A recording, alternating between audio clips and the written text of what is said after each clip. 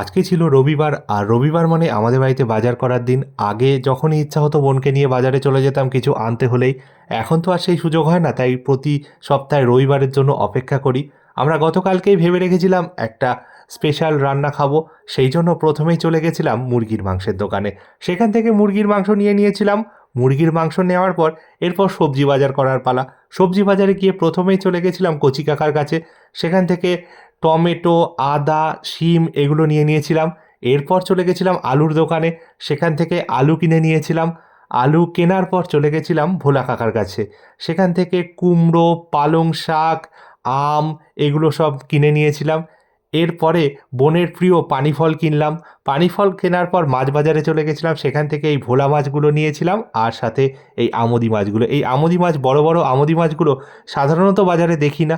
আজকে পেয়ে গেলাম। এইটা বোন খুব সুন্দর বেসন দিয়ে ভাজে, সেটাই আজকে খাবো। আর বাড়িতে এসে দেখি আমার জন্য স্পেশাল একটা ব্রেকফাস্ট ওয়েট করছে। সেটা হলো লুচি আর ঘুগনি। মা আজকে আমাদের জন্য লুচি ঘুগনি বানিয়েছিল।